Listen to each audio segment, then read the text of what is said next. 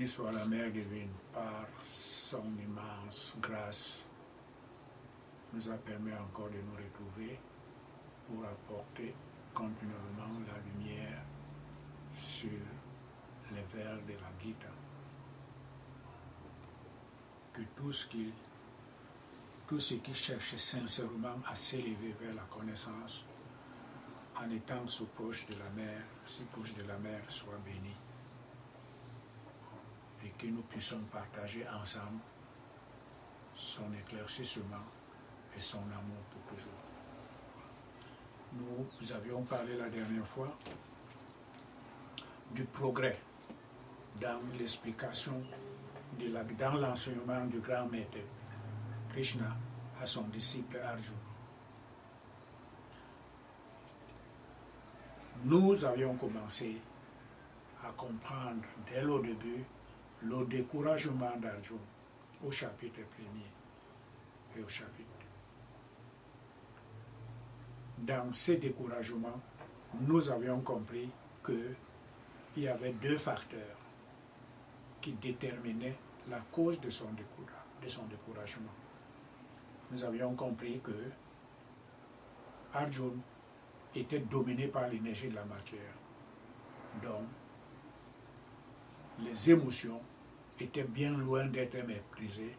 La connaissance était encore loin, au-delà, pour qu'il comprenne la raison pour laquelle il devrait se battre. Et la deuxième raison, c'était parce qu'il était tellement imprégné dans les pratiques de la religion de l'Inde. Il était tellement imprégné par la connaissance et les pratiques des Védas, si bien que nous avions bien compris que les Védas ne sont autre chose que le tissage des trois gunas, donc des trois énergies. C'est ça l'explication et c'est ça la base fondamentale des Upanishads et des Védas. Permettre à l'homme de faire le bien, monter au ciel et revenir. Et c'est cette connaissance que vivait Arjuna. Donc il était bien loin de pratiquer le mal, parce qu'il savait, selon les explications et selon l'enseignement divin contenu dans les Védas, ça devait lui entraîner dans l'enfer. Et c'est qu'il évitait. Et c'est qu'il le permettait de s'opposer quand le grand maître Krishna lui disait d'aller se battre. Voilà les deux. Donc, la connaissance spéculative des Védas et l'énergie de la matière exprimée par l'état émotionnel dans lequel il vivait, lui ont poussé à cet état de découragement. Nous avions aussi compris que pour sortir de là, il avait exprimé subtilement un acte pour nous autres aujourd'hui, qui sommes les Arjuna modernes, devons exprimer avant que le grand maître nous prenne en charge et commence à nous élever vers la connaissance par son éducation spirituelle. C'est s'abandonner à lui.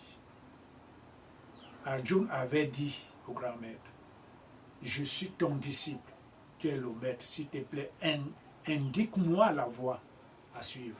Enseigne-moi ce que je dois faire. Ça, c'est s'abandonner à son maître. Le maître ne le fera pas sans ce déclin. Il faut que cela soit s'exprimer clairement. Je m'abandonne à mon maître, je ne sais rien, il faut que c'est lui seul qui me conduit. Et là, Krishna étant satisfait de la disposition spirituelle et de l'humilité de son disciple, exprimant un grand sourire.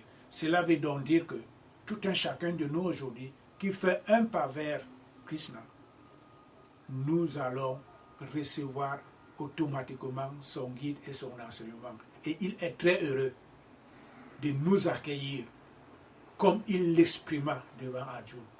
C'est en ces moments-là que commençait alors l'application de la doctrine de la Gita. Au lieu de Samkhya, l'autre doctrine spéculative sur les Védas, c'est bon. Ce qui avait caractérisé toute la vie d'Arjuna. Maintenant, il dit à Arjuna, tu as bien compris, tu sais bien ceci. Mais maintenant, écoute alors la doctrine de la consécration par la voie de la pratique du yoga. Donc nous venons aussi, nous tous, de toutes les religions confondues de notre ère. Krishna nous apprend et nous indique seulement de nous abonner à la pratique du yoga qui est la consécration finale et véritable pour notre élévation. Alors il commence alors à poser les fondements de cette doctrine petit à petit, tout en rappelant à Arjuna que ce qu'il récite là, comme les vers spéculatifs de Vedas, c'est bon. Il parle là comme un grand érudit. Mais alors, les sages ne se lamentent pas comme lui. Les sages ne considèrent pas ça comme quelque chose dont Arjuna n'avait pas encore bien compris la différence entre la spéculation des Védas à partir des grands maîtres, à partir des maîtres dans les églises, dans les temples, et le sage. Il n'avait même pas encore compris ce que c'était le sage.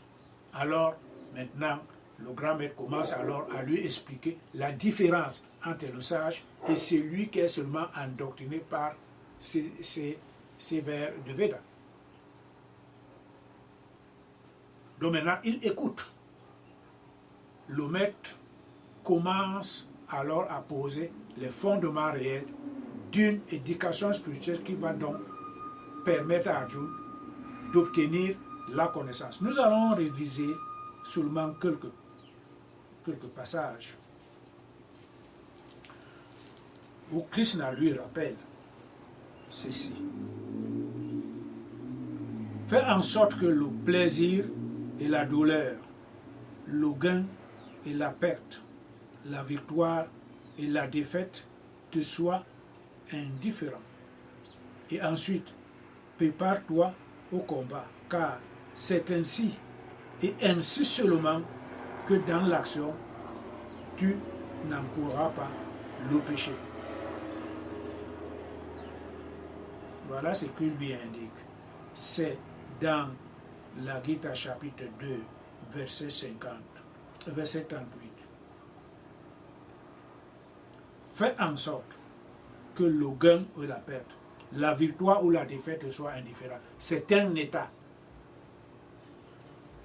que devrait atteindre Arjuna.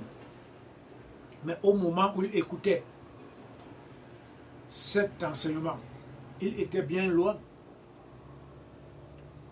Fais en sorte, donc en faisant, en pratiquant ces yogas, ces karma yoga, l'action pure, va au combat, ne t'attends pas à ce que tu sois victorieux. Victorieux tu iras, tu obtiendras la terre, le monde.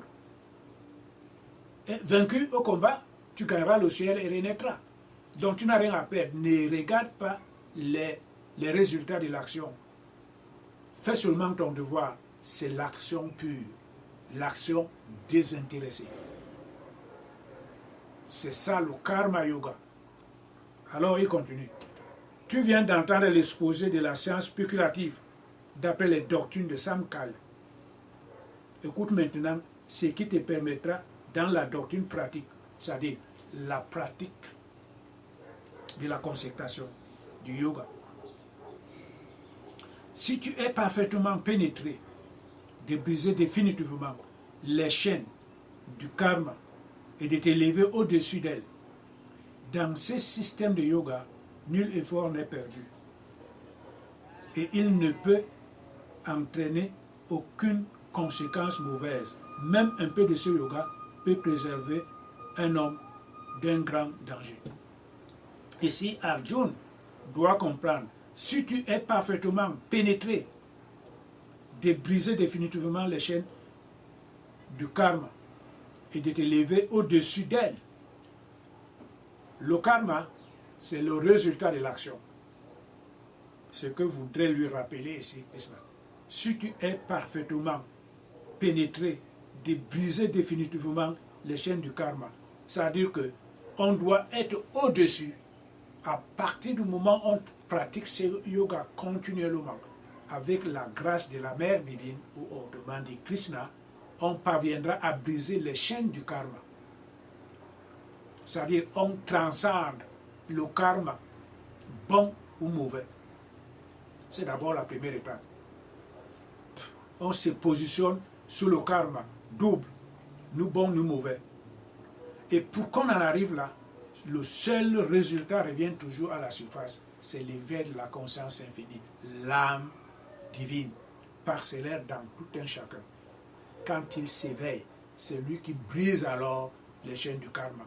Arjuna ne pouvait pas comprendre ça au même moment, comme nous aujourd'hui les Arjuna modernes, mais nous devons continuellement pratiquer la consécration du yoga. Il a même dit le peu de yoga peut nous préserver de beaucoup de dangers. Alors, le maximum de yoga nous permettra de briser les chaînes du karma et de s'élever au-delà de guna. Ça veut dire que le résultat final de cette consécration amènera l'éveil de la conscience infinie dans Arjuna, qui s'élèvera au-delà de karma et au-delà de guna et atteindra alors la perfection. Après la perfection, la réalisation de soi qui est esprit, et c'est cet esprit qui réalisera alors le divin. C'est ce que Krishna voudrait lui faire comprendre ici. Il dit, nous allons encore le réviser, et dans ce sentier, il n'y a qu'un seul objectif. Il est d'une nature invariable, nette et invariable. C'est-à-dire que celui qui a eu cet éveil, l'objectif n'est qu'un seul objectif. Il n'a qu'un seul objectif. C'est la réalisation du soi et divine. Donc il le dit ici clairement que l'objectif est net et invariable. Ça ne varie pas. Il n'y a qu'un seul objectif. Il dit les ignorants prenant plaisir aux controverses sur les Védas corrompus par les délices terrestres préfèrent les jouissances éphémères du ciel à l'absorption éternelle, tout en déclarant qu'il n'y a pas d'autre récompense que cela. Il dit ici, il souligne ici au verset 42, il dit les ignorants prenant plaisir aux controverses sur les Védas. Oui, aujourd'hui il y a les Védas pour les hindous, il y a la Bible pour nous, il y a les Upanishads pour les hindous toujours, il y a le Coran pour les musulmans, il y a les syncrétistes, il y a beaucoup des écritures dites simples. Et les ignorants préfèrent dire « Oh, bon, moi je vais faire ça, j'irai au ciel. » Si tu donnes la dîme, tu iras au ciel, il n'y a pas de problème. Il faut être docile à donner la dîme. Il faut donner ce qu'il faut au prêtre, à la religion. Quand tu mourras, tu iras au ciel. C'est vrai. Mais Krishna dit ici que c'est une récompense éphémère par rapport à l'absorption éternelle. L'absorption éternelle, c'est quoi? C'est la réalisation divine. On ne naîtra plus. On transcende ce ciel. On le dépasse, puisque Jésus a dit que là, il y a même la seconde mort. La seconde mort, c'est la transcendance du karma astral. Là où l'âme vit, beaucoup plus longtemps qu'ici. Alors, il va transcender le karma astral et s'effondre donc maintenant dans l'océan infini de la causalité de la cause. C'est pour ça que Krishna dit ici que il préfère les plaisirs éphémères du ciel à l'absorption éternelle. L'absorption éternelle, c'est la réalisation divine, le but réel de l'existence de l'homme sur terre, et non d'aller au paradis et revenir. Quand bien même on ne l'explique pas, mais on va là-bas d'une manière très temporaire. Si on est né aujourd'hui, c'est parce que nous sommes morts hier.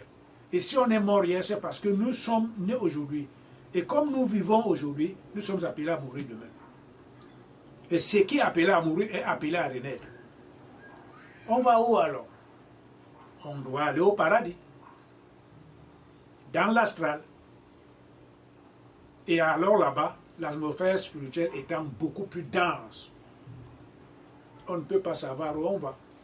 On peut aller sur le plan infernal ou on peut aller sur le plan le plus bas.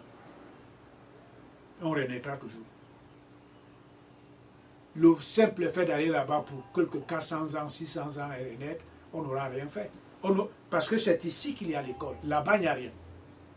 C'est ici qu'il y a l'école. On reviendra, on recommencera toujours au même niveau, là où nous avions laissé. À la même classe.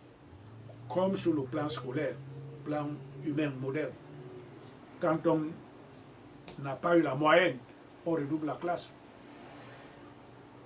Aussi longtemps qu'on n'aura pas décidé personnellement, selon la grâce de la mère, à transcender et à briser les chaînes du karma, on renaîtra toujours. Ça, c'est ça que Krishna est en train alors de poser comme enseignement maintenant à Arjuna.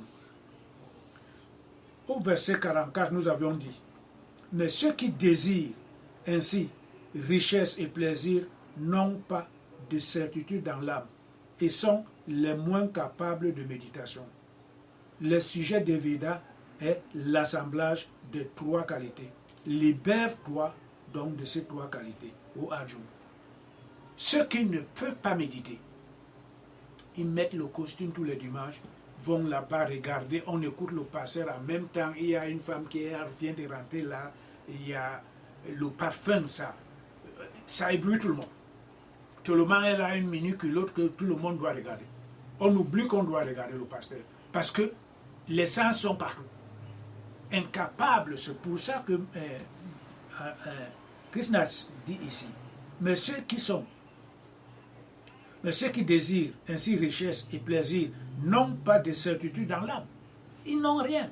L'âme est, en tout cas, elle est endormie. On ne peut rien faire pour quelqu'un qui est endormi. Quand vous allez chez votre copain, vous allez toquer à la porte, la femme va ouvrir. Mais où est Joseph? Oh, il dort, il a travaillé la nuit, il dort. Soit vous allez rentrer, soit vous allez vous asseoir quand il se réveillera, vous parlerez à lui. Mais pendant qu'il dort, il n'a aucune sensation. Voilà. Donc l'âme, en ce moment-là, on va à l'église, l'âme n'a aucune sensation, c'est le sens qui bouge. On regarde, on applaudit, le pasteur a bien parlé, oh, il y a ceci, il y a cela, l'autre a fait des bruits là-bas, on se fâche, ainsi de suite, ainsi de suite. Voilà.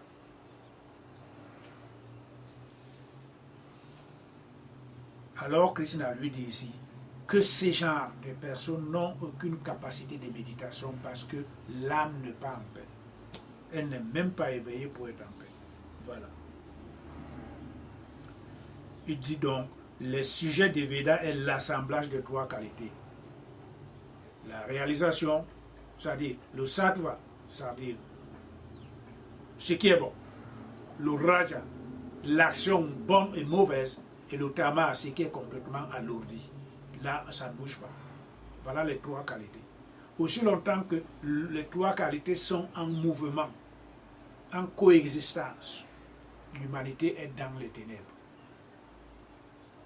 L'humanité dans son ensemble. Et tout être humain ici vit dans des ténèbres. Et donc c'est pour ça que Krishna indique à Arjuna de se lever alors de se libérer vers de ces trois qualités.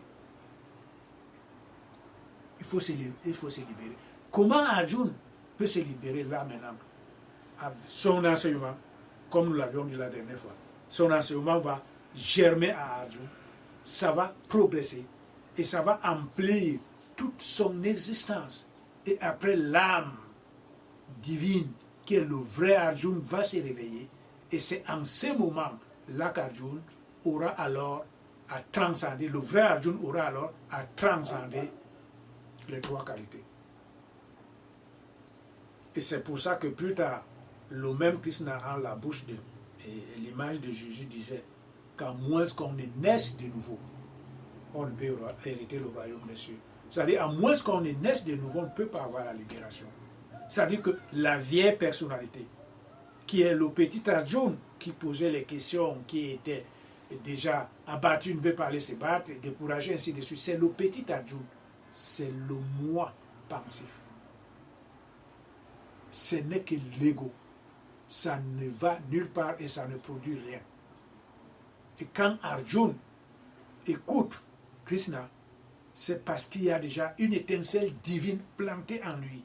C'est-à-dire qu'il a été choisi par Krishna en plantant cette énergie divine en lui, cette étincelle divine en lui.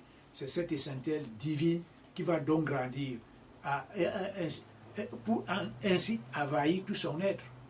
Et l'âme du monde, parcellaire qui habite dedans dans ce corps, pourra alors s'éveiller.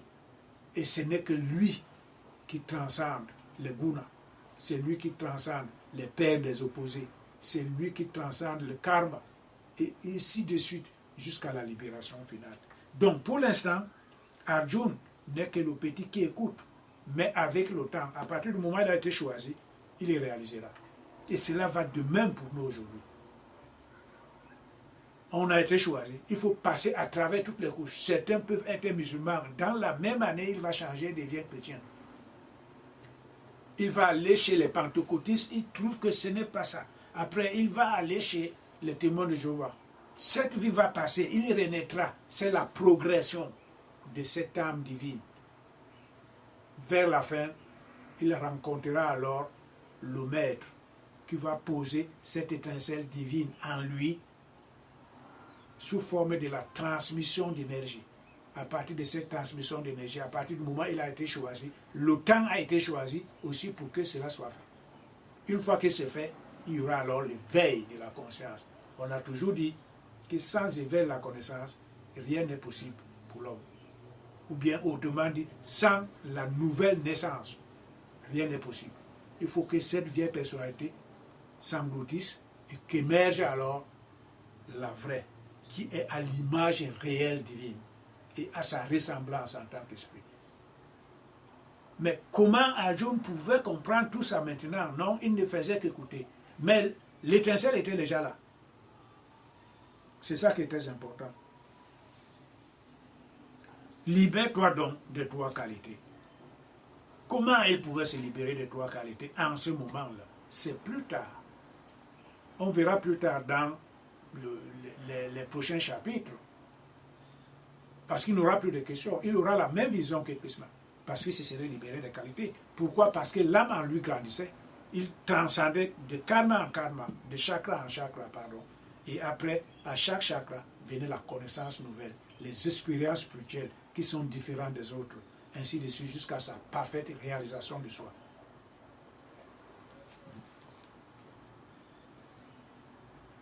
Dégage-toi de l'emprise des pères des opposés et fermement établi dans la qualité de sattva. Sois délivré des soucis terrestres et du désir de conserver les possessions présentes. Sois concentré en toi-même, sans être esclave des objets d'essence ou de mental. Voilà ce qu'il lui dit. Il lui dit ici, sois délivré des soucis terrestres et du désir de conserver les possessions présentes. Quand on a cet éveil de la conscience, l'énergie de la matière se dissipe. Alors l'orientation de cet être-là n'est plus dans le monde matériel. Il n'est que dans le monde spirituel. C'est quelque chose. Il n'est plus concerné dans ce qui concerne les éléments, les connexions avec le monde matériel. Il trouve que c'est quelque chose d'immonde. Il se suffit de tout ce qu'il peut avoir. Les chaises à la maison, ceci doit être en cuir, quel genre de cuir ce fauteuil a été fabriqué, tout ça, ça ne lui regarde plus. Il a une voiture pour se déplacer, c'est bon. S'il n'a pas, cela lui est égal. Il n'est plus attaché aux soucis de ce monde matériel. Rien du tout. Tout ce qui est d'ordre matériel ne l'intéresse plus. C'est pour ça que généralement, ils sont toujours seuls. Parce qu'il ne pourra plus même satisfaire le besoin d'une femme à la maison. Si elle n'est pas à son niveau, ça va être une grande bagarre. Et cette femme ne pourra pas supporter. C'est pour ça que ceux-là sont constamment seuls. Parce qu'ils ont une autre vision, ils ont une autre forme d'énergie qui n'est plus comparable aux autres. On a détruit l'ancienne, les tendances anciennes. Il faut aller au cinéma, il faut appeler celui-là. On a même du mal à être seul. Il faut toujours qu'on soit connecté avec personne. Il y a toujours des envies insatiables du mental. Et on court après. Mais alors, quand l'éveil de la conscience est produit, ce mensage se dissout dans la conscience infinie. Il n'y a que l'un qui émerge maintenant. Et quand l'un émerge, l'esprit est complètement différent dans ses réalisations de la matière. C'est complètement différent. L'esprit n'est pas la matière. Tout ce que produit l'homme matériel est complètement différent de ce que produit l'esprit. C'est pour ça. On vous allez faire un accident? Oh, avec quelle compagnie? UPS? Oh, celui-là va avoir beaucoup d'argent. Alors l'esprit trouve que ce n'est que la joie de la réalisation. Vous n'avez rien. Vous allez même payer l'argent pour aller au SAMU. Émergency. C'est vous qui allez payer ça à votre poche. Personne ne payera. Pourquoi? Parce que l'esprit ne trouve pas les choses de la même façon. Donc, on ne peut donc pas transcender les paix des opposés, ou autrement dit, dominer l'énergie de la matière tant qu'on est dedans. Tant qu'on est encore dominé, émergé dans cet état de la matière. On ne peut pas. Il faut donc maintenant qu'il y ait une force nouvelle qui est l'élévation de cet esprit, de l'âme infinie en soi, qui vient donc maintenant casser tout cela. Et c'est pour ça que l'élu, lui a une autre vision, lui il a une autre vision. Il a un seul objectif, c'est la réalisation divine. Il n'est plus en connexion avec ceux qui sont dans le monde matériel. C'est comme le peuple juif. C'est pareil, tout ce qui a été écrit, ce n'est qu'une lumière pour nous faire comprendre réellement quel est l'état des choses et quel est l'état de tout un chacun. Ceux qui sont restés en Égypte, symbole de l'esclavage du monde moderne, de tous ces chrétiens qui prétendent être chrétiens, à tous ceux qui pratiquent soit de n'importe quoi. Ok, ils sont restés dans le monde moderne. Ils juste les plaisirs de ce monde. Certains courent après les pouvoirs, d'autres après les richesses, d'autres après le savoir, d'autres après l'expression de l'ego le plus expressif. Et il faut qu'on sache que c'est lui qui est là, ainsi de suite, ainsi de suite. C'est là que tourne le monde actuel. Mais l'élu, lui, il est sorti de ce monde. Il n'est plus en contact avec aucun élément de ce monde. C'est comme le peuple juif. Ils sont sortis de l'Égypte. Et ils ont campé dans le désert. Un état purificatrice comme les élus modernes. Ils vivent leur Armageddon là-bas. Les autres continuent à jouir du monde, les jouissants de ce monde. Comment ils peuvent encore être ensemble? Est-ce qu'on peut imaginer l'écart qui les sépare? La mer Rouge. La mer Rouge, c'est la connaissance purificatrice qui les sépare. Les autres sont restés là-bas et n'ont pas ça. Eux, ils sont partis de l'autre côté. C'est ça que nous devons comprendre. Ils ne sont plus attachés aux soucis de ce monde. Quand ils étaient dans le désert, les Juifs, ils n'avaient pas le souci de savoir ce qu'ils ont mangé aujourd'hui. Les réfrigérateurs n'étaient pas là. Ils avaient leur nourriture en temps donné. Et demain, ils en auront encore en temps. Qui leur donnait la nourriture? Il n'y avait pas de voisins. Ils n'étaient avec personne, ils n'avaient que la divinité en eux. C'est ça l'élu. L'élu n'a personne qui s'occupe de lui. Il n'y a que la divinité. Et lui seul sait ce qui est nécessaire pour sa grande purification et quand est-ce qu'il pourra réaliser. Lui ne sait rien. Au quotidien, il reçoit ce qu'il doit recevoir, tout simplement. C'est fabuleux. C'est fabuleux. Quand on fait la transcendance, c'est deux choses. Amen. Quand on prend l'exemple de ces deux états, on trouve réellement que la divinité, elle doit être comblée de tous nos louanges. Pourquoi avoir, par exemple, choisi un peuple qui symbolise seulement un élu, ou bien les élus l'un après l'autre?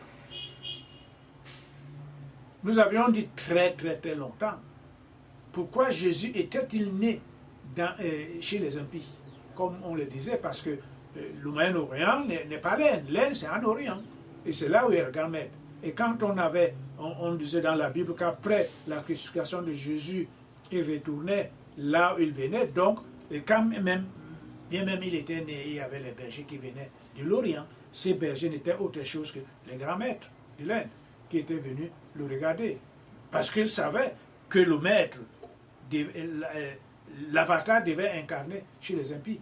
Pourquoi Jésus est-il né chez les impies? Nous avions dit la dernière fois, mais nous a éclairé à comprendre. Parce que la divinité, dans sa préscience de l'évolution cosmique de l'humanité, avait prévu que Jésus devait naître là. Pourquoi? Parce qu'il avait fait un serment au peuple juif. Et ce serment devait être accompli. Qui devait donc l'accomplir? Il fallait qu'il aille naître là-bas pour accomplir la prophétie et apporter alors l'éclairage qui a contribué à l'élévation de beaucoup en l'an 33 de notre ère. Et c'est pour ça que tout ce qui était écrit dans l'Ancien Testament n'était qu'un tuteur amenant ceux qui veulent comprendre maintenant la voie de la consécration, que ce que nous apprenons dans les religions, ce que nous pratiquons comme rite, ainsi de suite, n'était que quelque chose qui devait nous amener à Christ. Et maintenant que Christ est là, nous devons oublier les rites religieux, nous devons oublier ces pratiques, les sacrifices que nous faisons là-bas, ainsi de suite, pour aller au paradis et revenir. Nous devons donc maintenant pratiquer la consécration vraie du yoga pour la libération définitive, l'absorption éternelle. Et c'est ça que Krishna avait dit avant, et c'est ça que Christ Jésus, la même personne, il est venu encore démontrer pour une deuxième fois. Donc, il continue. C'est toujours la révision, hein, il continue à nous dire ici. Persistant fermement dans le yoga, accomplis ton devoir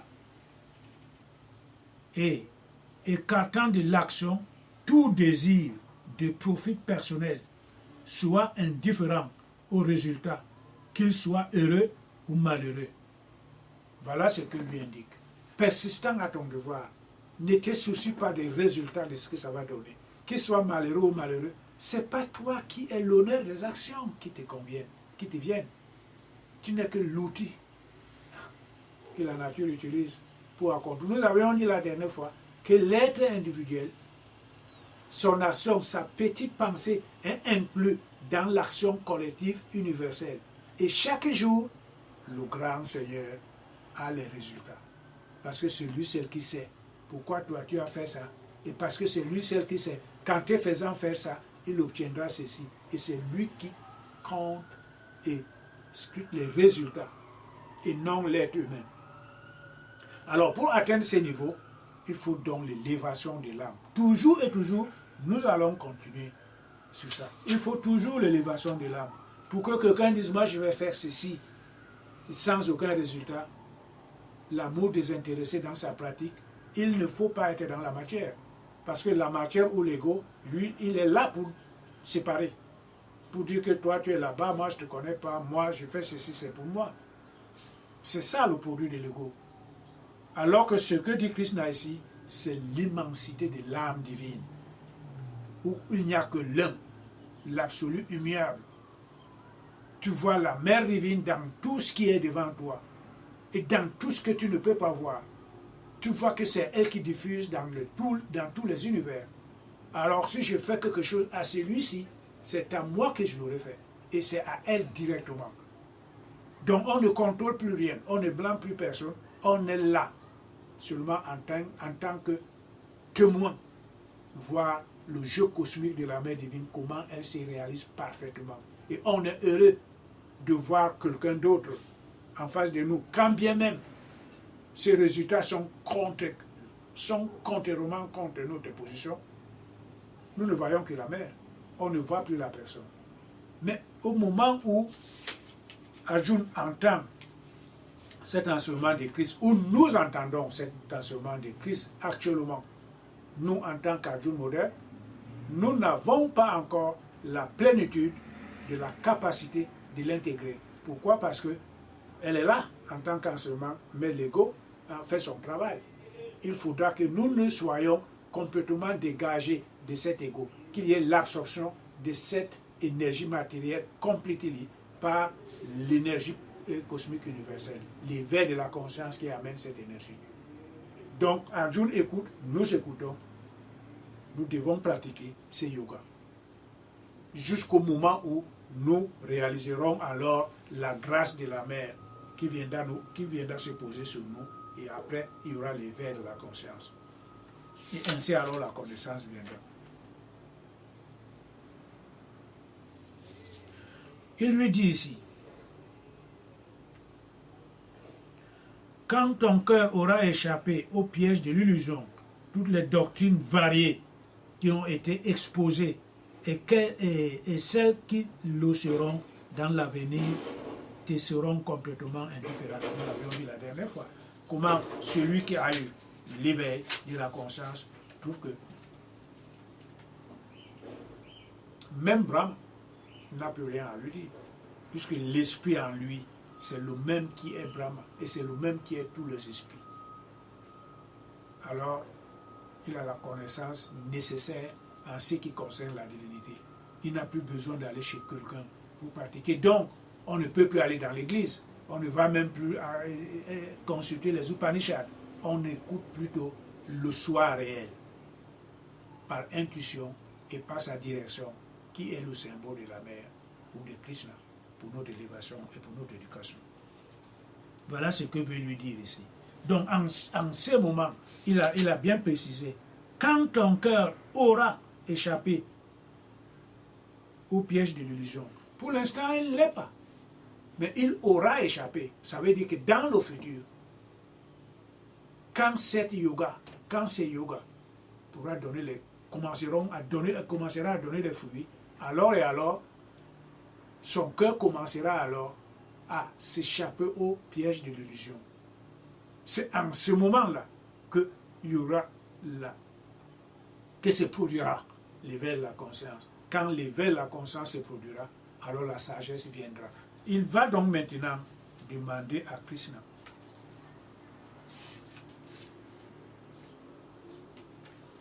Arjuna va donc maintenant demander à Krishna, au chapitre 3, verset 1. La consécration par le juste accomplissement de l'action. Voilà, le juste accomplissement de l'action. Si, selon ton opinion, ô dispensateur des bienfaits, ça c'est Arjuna qui parle donc maintenant à son maître, la connaissance est supérieure à la pratique des actions. Pourquoi tu me pousses à une entreprise aussi terrible? Tes paroles, qui me semblent ambiguës, troublent ma raison. Choisis donc la voie la meilleure pour atteindre au bonheur et indique-la moi clairement. Nous avions compris dans tous ces exposés. Arjuna avait bien compris qu'il y avait la pratique, la spéculation de Védas et la consécration par la voie du yoga et la connaissance qui devait, donc maintenant, Arjuna a bien compris que la connaissance était supérieure à l'action. Donc, lui, il était confus, c'est normal, parce qu'il ne pouvait pas comprendre. On lui indique de pratiquer l'action juste, de ne pas attendre les résultats, de ne pas s'inquiéter de mauvais résultats ou de bons résultats. Pratique l'action désintéressée. C'est ça qu'on lui dit. Maintenant, on vient encore lui dire que la connaissance, les faits du maître, comment ils se comportent, comment ils vivent, cette connaissance est supérieure à l'action. Bon, mais Arjuna lui dit, bon, mais dans ces cas, alors indique-moi. Tu viens de me dire que l'action, elle est bonne. Je ne dois pas m'intéresser aux résultats de l'action. Je dois seulement pratiquer. Bon, maintenant, après ça, tu me dis encore que l'action est inférieure par rapport à la connaissance. Indique-moi alors la voie à suivre. Donc, ce que nous devons comprendre ici, c'est que Krishna ne lui dit pas qu'en pratiquant quotidiennement par la consécration de ce yoga, la connaissance viendra. Mais Arjuna lui croit que la connaissance est dans l'autre chambre, il faudra que Arjuna rentre là-bas et lui apporte la connaissance. Non, c'est-à-dire que la connaissance viendra vers la fin. Et c'est cette connaissance qui est libératrice. Et cette connaissance ne peut pas venir tout seul, parce qu'on a téléphoné, on a pris une injection. C'est l'éveil de la conscience. On tourne toujours sur le même processus. On tourne toujours sur le même processus. L'éveil de la conscience est l'essence de la réalisation du vide. Sans cette essence, il n'y a rien. Donc, c'est à partir du moment où on a cet éveil de la conscience infinie que jaillit alors la connaissance. Et c'est cette connaissance qui va donc t'amener progressivement pour atteindre l'état du maître dont parle Krishna ici.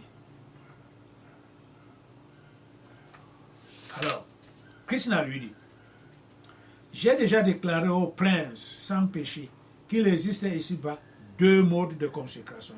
Celui des adeptes de la science spéculative appelée Samkhya, nous l'avions dit, on a apporté la lumière là-dessus, qui est l'exercice de la raison dans la contemplation. Et celui des adeptes de l'école du yoga, qui est la consécration par l'accomplissement de l'action.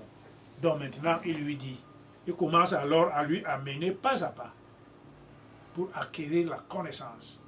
Il y a deux, la spéculation intellectuelle à partir des grands livres, on peut même être érudit, c'est bon, la connaissance ne vient pas par là-bas. Il faut la pratique. Même ceux qui ont fait du Raja Yoga, ils pratiquent. Ils pratiquent. On ne peut pas réaliser, et c'est difficile. Il a même dit, il le dira plus tard. On essaie de s'approcher à moi pour m'atteindre par la voie, la raison, par la voie intellectuelle, c'est difficile. Il le dira plus tard. Donc ici, il dit, la voie de Samkhya, c'est la voie spéculative. Tu vas prendre les Védas, tu vas lire, tu vas entendre ce que les Védas disent, tu vas le faire, tu vas amener un peu de grain avec la fleur et la paume. Le dimanche, c'est bon. Tu ne dois pas faire ça, tu ne dois pas voler, tu ne dois pas tuer, c'est bon. C'est la spéculation intellectuelle. Et ici, il dit, voilà les deux voies. La voie de la spéculation et la voie de l'accomplissement par le yoga. La voie de l'accomplissement de l'action par la pratique du yoga. Donc, on a ces deux voies. Donc maintenant, il lui dit que parmi ces deux voies, quand tu auras choisi l'une, et tu obtiendras alors plus tard la connaissance. Il ne le dit pas ici, mais il le fait comprendre que tu as compris que parmi les deux voies, il y a celle, la spéculation, et celle de l'accomplissement de l'action. Au chapitre 4 du verset 3, il continue. L'homme ne peut se libérer de l'action en négligeant d'entreprendre sa tâche, ni atteindre au bonheur en s'abstenant de toute action. Il dit ici que l'action dont il parle, ce n'est pas l'action empreinte de l'ego qui voudrait que je dois consulter les résultats avant d'entreprendre cette action. Sinon, si ça ne m'apporte rien, je n'entreprendrai pas. Ce n'est pas une action juste. Et nul ne peut atteindre au bonheur en négligeant l'action. Qu'est-ce que veut dire Krishna ici?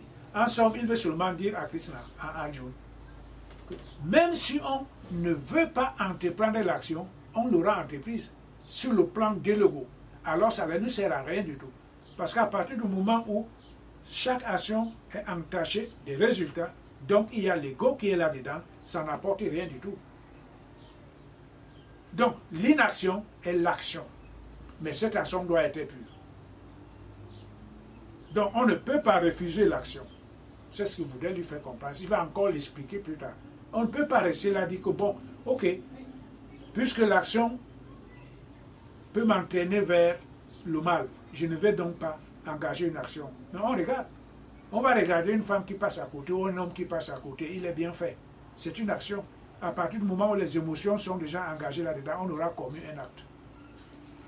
Et cet acte étant entaché de l'ego, cela veut dire que nous attendons les résultats. C'est quoi? Je dois parler à cette personne, je dois lier des amitiés avec lui pour atteindre un but. Ce but est égoïste. Jésus l'avait bien dit aussi dans la Bible, 3000 ans plus tard. Il a dit, vous avez entendu qu'on ne doit pas commettre l'adultère, n'est-ce pas? Ils l'ont dit oui. Mais moi, je vous dis que celui qui aura regardé une femme avec les intentions de coucher avec elle aura commis un adultère. Ça veut donc dire que l'action est d'abord morale. On le conçoit d'abord à l'intérieur de soi. Et là, quand on le conçoit, il n'y a que son soi pensant qui est responsable. Il n'y a pas diable, parce que Dieu a dit que je suis le seul qui sonde le cœur des hommes. Il n'y a pas avec le diable. Il ne l'a pas dit.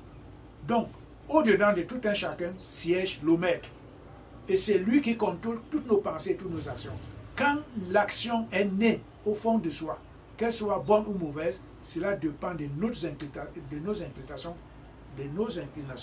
karmiques. Ce que nous concevons, et ce n'est pas induit par l'erreur, par qui que ce soit, le diable, ou ce qu'on veut dire, tout ça c'est du panapo. Donc l'action naît au fond de nous. Et cette action qui naît au fond de nous a deux tendances, bonne ou mauvaise. On refuse de faire l'action, on regarde, on va penser.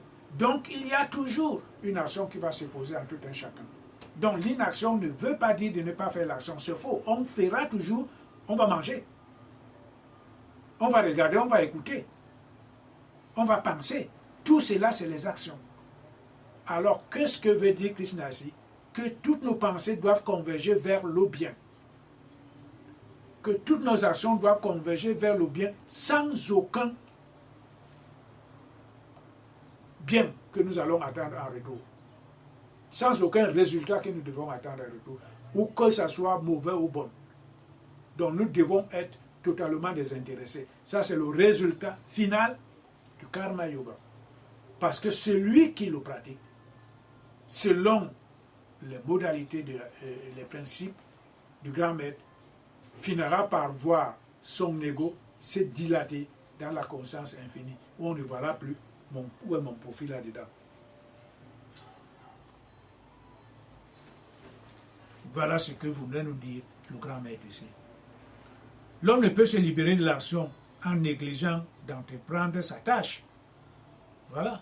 On ne peut donc pas se libérer de l'action en refusant d'entreprendre sa tâche. Par exemple, tu ne vas pas nous dire, oh Arjun, que toi tu es la casse guerrière, tu vas te libérer de l'action en refusant d'aller au combat. Non, tu dois aller au combat. Seulement en te battant là-bas, tu ne dois pas attendre les résultats. C'est comme ça alors qu'on se libère de l'action. C'est ça que veut nous dire le maître. C'est ça que voulait dire le grand maître. Krishna Arjuna. Tu ne peux pas te libérer de l'action en refusant d'aller te battre. Non, tu mens. Mais il faut aller te battre. La bonne façon de te libérer de cette action, c'est en te battant. Tu ne dois pas te soucier de toi si tu vas mourir, ou bien tu vas vivre, ou bien si tu vas gagner la guerre, ou bien tu vas la perdre. Et quels seront les résultats? Cela ne te regarde pas. Va seulement. Quand tu vois un ennemi du mal, du bien, à côté de toi, tu dois le tuer. Tu ne t'attends pas aux résultats. Ou bien que tu sois glorifié, ou tu es un grand empereur. Non. Va seulement accomplir l'action d'une manière désintéressée. Ce n'est que comme ça qu'on se libère de l'action. Il continue. Nul ne peut rester inactif un seul moment. Tout être est porté involontairement à agir par les qualités provenant de la nature. Voilà. C'est là alors où ce que nous devons comprendre. L'humanité dans son ensemble, tout être humain, multiplié par n, compose l'humanité, ces milliards d'êtres humains. Il dit bien ici, tout être est porté involontairement. Ça veut donc dire que nous ne contrôlons pas l'action que nous faisons. Nous ne savons même pas son origine. Donc, à combat, plus forte raison de contrôler les résultats de cette action.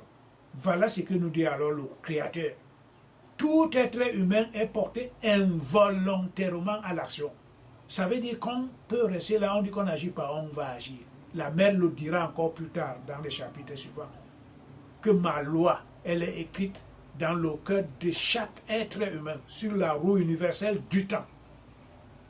Tu vas dire dans ton ignorance que je ne ferai pas ceci. Mais le moment arrivé, tu vas te lever, tu vas le faire. Alors, mes chers frères, mes chères sœurs, tout est bon de comprendre ça. C'est très très important pour nous de comprendre que ce que nous faisons, nous ne sommes pas l'honneur de ces actions. Nous ne sommes pas l'honneur de nos pensées. Nous ne sommes donc pas capables de contrôler les résultats. Bon, le grand maître continue. Il agit. Tout être est porté involontairement à agir par les qualités provenant de la nature. Donc, les trois gunas. Le sattva, libérateur, la qualité libératrice, la qualité de l'action bonne ou mauvaise, et la qualité impure. Voilà les trois qualités. C'est lui qui, tout en ayant maîtrisé ses sens et ses organes, demeure inactif, mais laisse son cœur se préoccuper des objets de ses sens et appeler un faux dévot à l'âme égarée. Qu'est-ce qu'il nous dit encore? On va encore relire ça pour que peut-être nous comprenions. C'est lui qui, tout en ayant maîtrisé ses sens et ses organes, demeure inactif, mais laisse son cœur se préoccuper des objets des sens et appeler un faux dévot à l'âme égarée. Il n'y a pas très longtemps, nous avions par exemple entendu parler autour de nous les eunuques, les civilisations antérieures, il n'y a pas très longtemps, ça, il y a peut-être 2000 ans, il y avait certaines personnes qui disaient, oh, moi je vais consacrer toute ma vie dans la religion. Donc, je ne veux pas me marier, je m'en vais là-bas seulement, dans le monastère. Et encore, pour que je ne puisse pas avoir même l'envie de toucher une femme, je vais être eunuque, donc je vais complètement éliminer mon sexe. On les appelait les eunuques.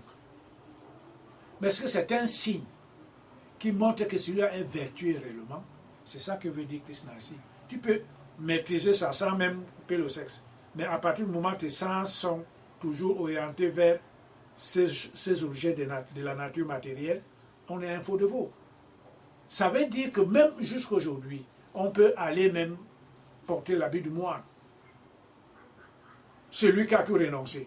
Mais à partir du moment où on est toujours ancré là-dedans, la nuit, on y pense à jouir de tout cela, on est un faux dévot.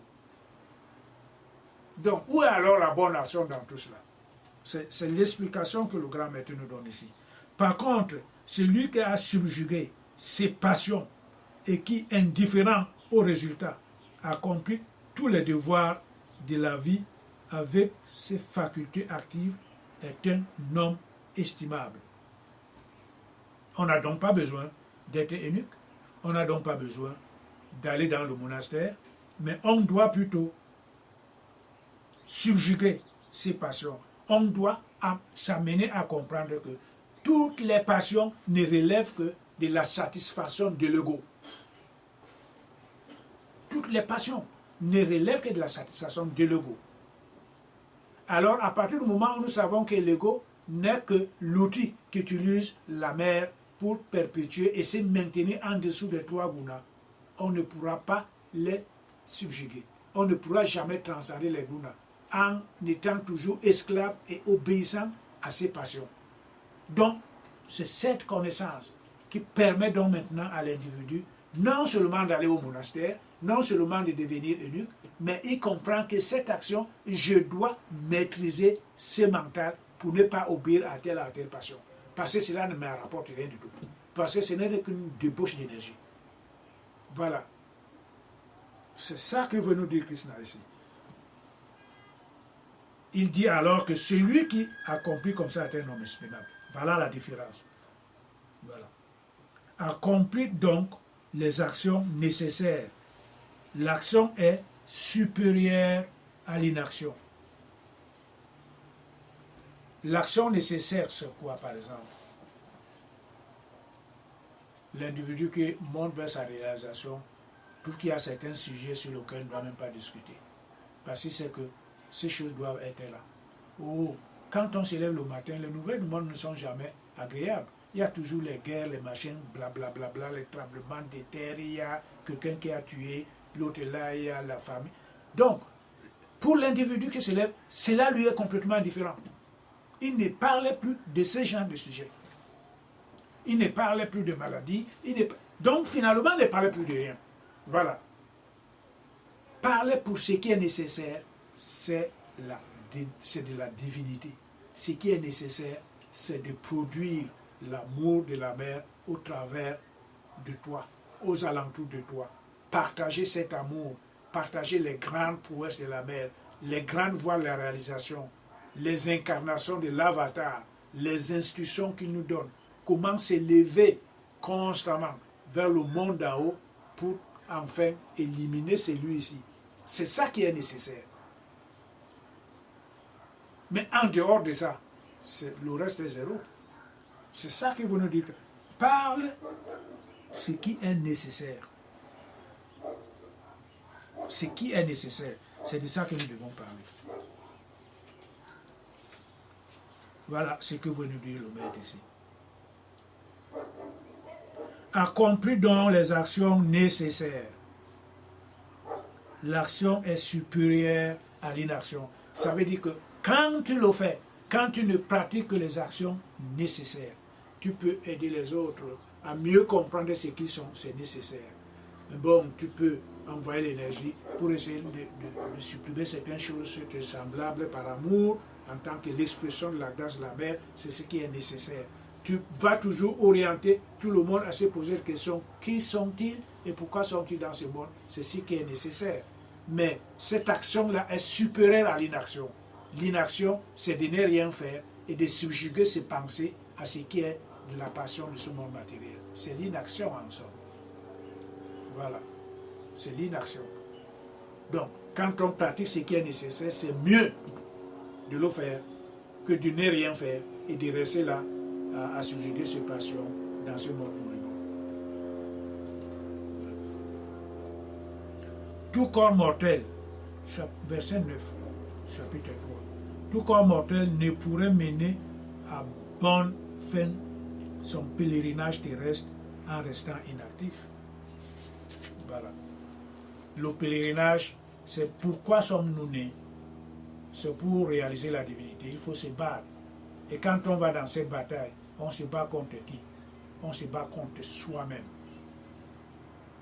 Pour l'instant, il n'y a plus Kurukshetra ici. Kurukshetra, c'est le champ. Le corps est le champ d'action. Ce corps représente Kurukshetra, le champ d'action. Il faut se battre contre ce corps. Il faut le dominer, le réduire à rien du tout, ses passions. Tu mangeais beaucoup, il faut manger, il faut peut-être donner 3 macabos, 3 patates à ce corps par jour. Un verre d'eau, ça suffit. Un lait le matin, ça suffit. Le réduire à rien du tout, commencer à dormir par terre, montrer que ce corps n'est que la maison que toi-même tu as construite et que tu dois habiter. Les passions ne doivent plus nous dominer. Et pour qu'on en arrive là, on revient toujours, on reviendra toujours là, jusqu'à la fin de temps. On reviendra toujours sur le même processus, l'éveil de la conscience infinie. Sans cet éveil, rien ne peut se passer. On doit s'efforcer. On doit s'efforcer.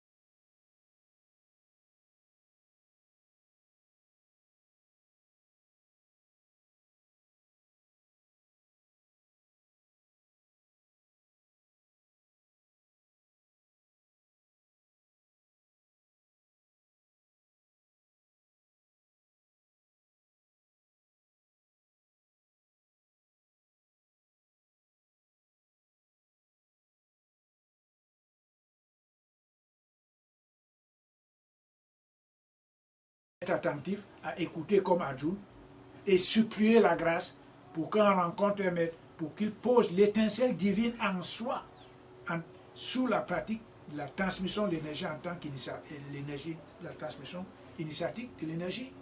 Alors, à partir de ce moment-là, cette énergie commencera à germer en nous, selon les prédispositions de la mère divine en tout un chacun. Ceux qui l'ont, ils arriveront. C'est pour eux que Krishna arrive dans ce monde. C'est pour ceux-là, et non pas pour toute l'humanité. C'est pour ceux qui sont appelés et choisis. C'est pour eux que l'avatar incarne tout le temps. Et c'est pour eux qu'on écrit la Gita. Et c'est pour eux qu'on écrit la Bible.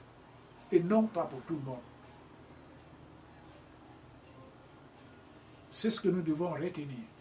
Alors, ceux qui cherchent, c'est qu'il y a eu cette étincelle divine. Ils ont été choisis, mais cette étincelle divine encore latente en eux. Et ils cherchent. Ils peuvent aller même en Indonésie chercher la connaissance spirituelle. Il y a des savants en France qui allaient en Égypte pour chercher la connaissance. Ils deviennent même des esclaves là-bas. Donc, quand cette étincelle s'illumine, on est insatiable jusqu'à ce qu'on arrive à trouver ce qui est nécessaire. Et ce n'est pas parce qu'on le veut, c'est parce qu'à l'intérieur, il y a une force qui bouge.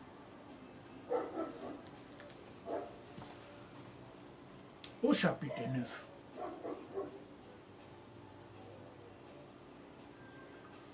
tout acte qui n'est pas accompli comme un sacrifice enchaîne l'action, enchaîne l'acteur par l'action. Abandonne donc, ô fils de Kunti, tout mobile égoïste et dans l'action accomplis ton devoir pour lui seul. Au verset 9 ici, le grand maître nous dit que toute action que l'individu produit au quotidien, on n'a pas dit certaines actions, il a dit toute action, qu'elle soit sur le plan moral, sur le plan du verbe, sur le plan de la pensée, sur le plan du concept intérieur. Si cette action est entachée de l'ego, n'est pas faite comme un sacrifice, est entachée de l'ego, et cela enchaîne alors l'auteur de l'action au résultat de l'action. C'est très important. C'est pour ça que l'humanité dans son ensemble est induite en erreur. Pourquoi? Parce qu'elle ne peut jamais s'affranchir. Et c'est pour ça que toute porte de la libération, pour beaucoup, ou bien sur le plan collectif de l'humanité, est impossible. Et cela a été démontré en Palestine, il y a 2000 ans. Jésus a dit, les Juifs étaient engagés et liés à l'action. Ils étaient sous la domination romaine. Ils étaient là. Ils devaient s'affranchir de cette domination. Comme l'humanité aujourd'hui dans son ensemble doit s'affranchir de l'action. Doit s'affranchir de l'obscurité, de l'ignorance. Aujourd'hui. Parce qu'ils sont complets. L'humanité dans son ensemble est engloutée dans le pouvoir des ténèbres des trois gunas. Donc il faut donc maintenant un libérateur. Le Messie est né en 2000 ans. Les Juifs croyaient donc que Jésus est venu les libérer de là. Mais non. S'il est réellement le Messie, il va nous libérer. Et Jésus leur a dit, je suis le Messie, mais c'est lui pour la libération de l'Israël spirituel. Je ne suis donc pas venu vous libérer de là où vous êtes. Il a donc établi l'Israël spirituel, c'est-à-dire les 144 000 membres pour la conscience cosmique universelle. C'est eux, c'est pour eux que Jésus vient. C'est pour eux que Krishna vient. Et non pas pour tout le monde. Il avait donc laissé cela. Et comme il ne les avait pas libérés, ils l'ont tué. Amen, ils l'ont arrêté. Voilà. Donc ceci dit, nous devons comprendre que toute action qui n'est pas faite comme sacrifice lie l'auteur de l'action au résultat. C'est-à-dire qu'il y a l'ego dedans. Comment doit-on alors montrer que mon action est un sacrifice que je fais à la divinité? c'est impossible pour l'humanité. Ça ne vaut pas la peine d'aller décomposer ou bien faire de n'importe quoi. Ce qu'on dit, c'est impossible à l'être humain ordinaire de faire une action comme étant un sacrifice. D'abord, il ne sait même pas ce que ça veut dire, faire un sacrifice. Il ne sait même pas qui est la divinité. Étant entaché dans son ego, même le sacrifice qu'il fera est entaché de mauvais. Ça ne peut pas aboutir. C'est alors là le produit et le résultat de l'humanité dans son ensemble. Je sais ce que nous devons comprendre. L'humanité dans son ensemble, aujourd'hui, est sous le joug du mauvais. Parce qu'elle est enchaînée par l'action. Tout être humain est lié à l'action. Et nous venons de dire que l'action ne vient pas de nous-mêmes, mais ça vient de trois qualités. Et ces qualités ne donnent que des actions plus ou moins moribondes, entachées de l'ego, pour perpétuer l'humanité dans son ensemble, dans l'état de l'ignorance spirituelle. Et c'est pour ça que les individus ne peuvent donc pas comprendre que l'action que je dois émettre est un sacrifice à la mère divine.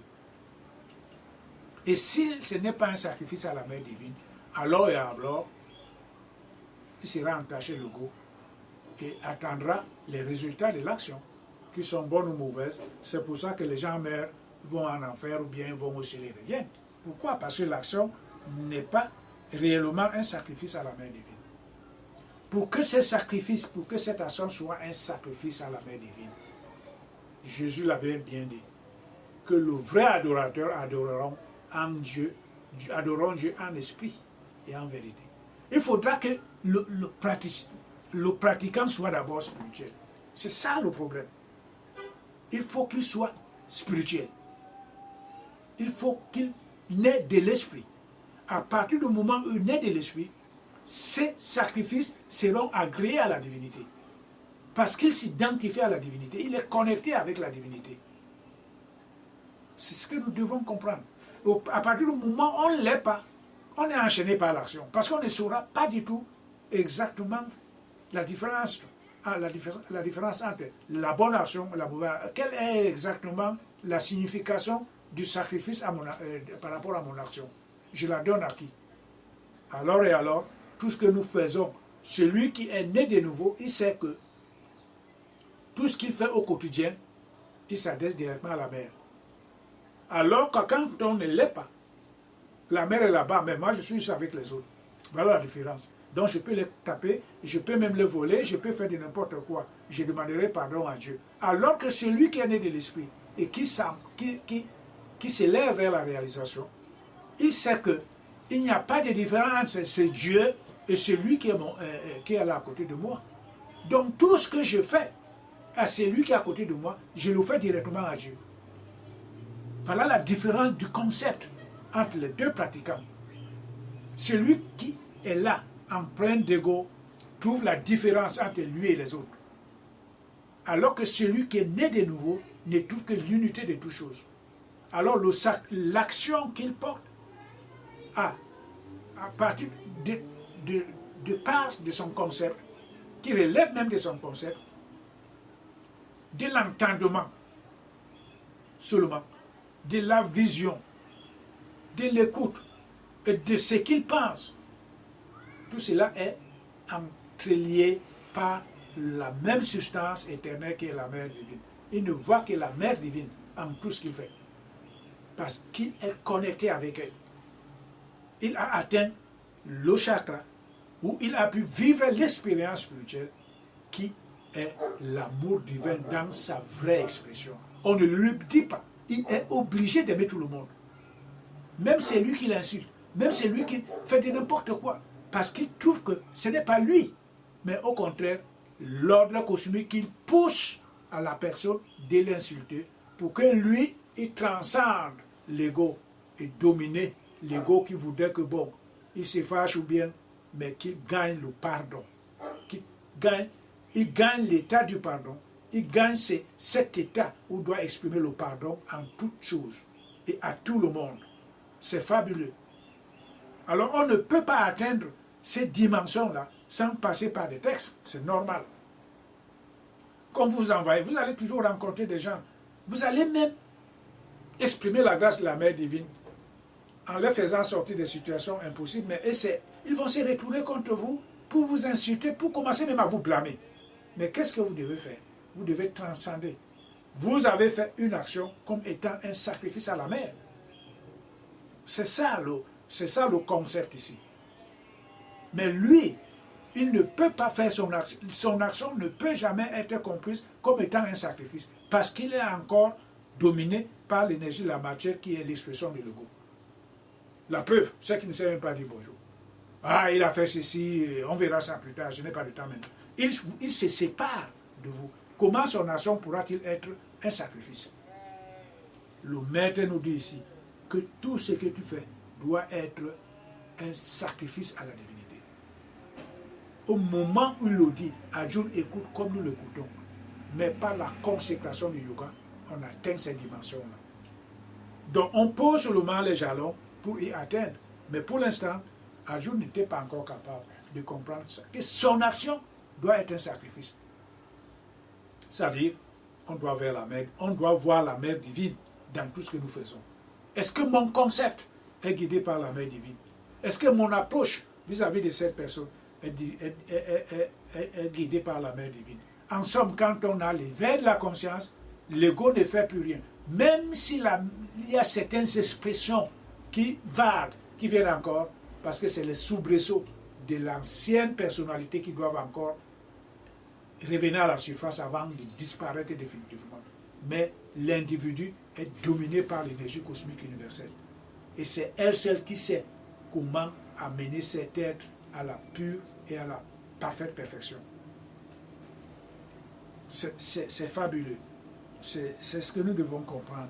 Bon, comment alors l'humanité dans son ensemble peut faire des sacrifices, dont les sacrifices peuvent être déterminés comme étant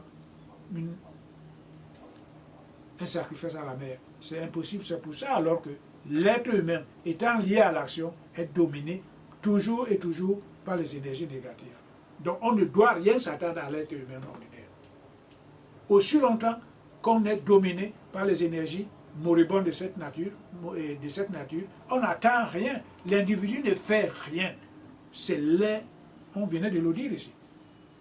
C'est les trois qualités de la nature qui lui donnent ce qu'il doit faire. On l'a bien dit. Alors ce que donnent les trois qualités de la nature aux hommes ordinaires n'est que moribond. C'est pour perpétuer l'expression de la Maya dans ce monde phénoménal. C'est tout. Il n'y a rien d'autre qu'ils puissent faire. Donc, ils n'ont pas la sagesse pratique parce qu'ils n'ont pas levé la conscience. Donc, leur action ne pouvant donc pas être érigée comme étant un sacrifice à la mère divine, ce n'est que moribond. Et c'est pour ça que, égal et égal, certains disciples, certains apôtres au premier siècle ne s'intéressaient pas aux autres. Quand ils prenaient même, certains prenaient même une feuille pour écrire, ils ne s'adressaient qu'aux élus. Ouais. Ils précisent bien aux appelés, aux élus, j'écris cette lettre. Donc quand on lit cette lettre dans la congrégation, elle est destinée aux élus. Les autres qui pouvaient l'écouter, c'est bien. Mais l'enseignement du Christ n'est que destiné aux élus. Ce que dit Krishna ici n'est que destiné à ceux qui sont appelés pour s'affranchir définitivement de ce monde de lumière, de ce monde de ténèbres. C'est la même chose. Donc, Arjuna écoute. Arjuna Egan n'est que le symbole de vous, de nous tous maintenant. Il a été choisi. Egan, il avait demandé à Arjuna, à son maître, de conduire son char au milieu de ces deux armées. Le grand maître a pris 45 minutes pour lui enseigner toute la science spéculative, pour lui enseigner toute la science de la consécration. Personne des deux camps n'a écouté ce que disait Krishna. Personne.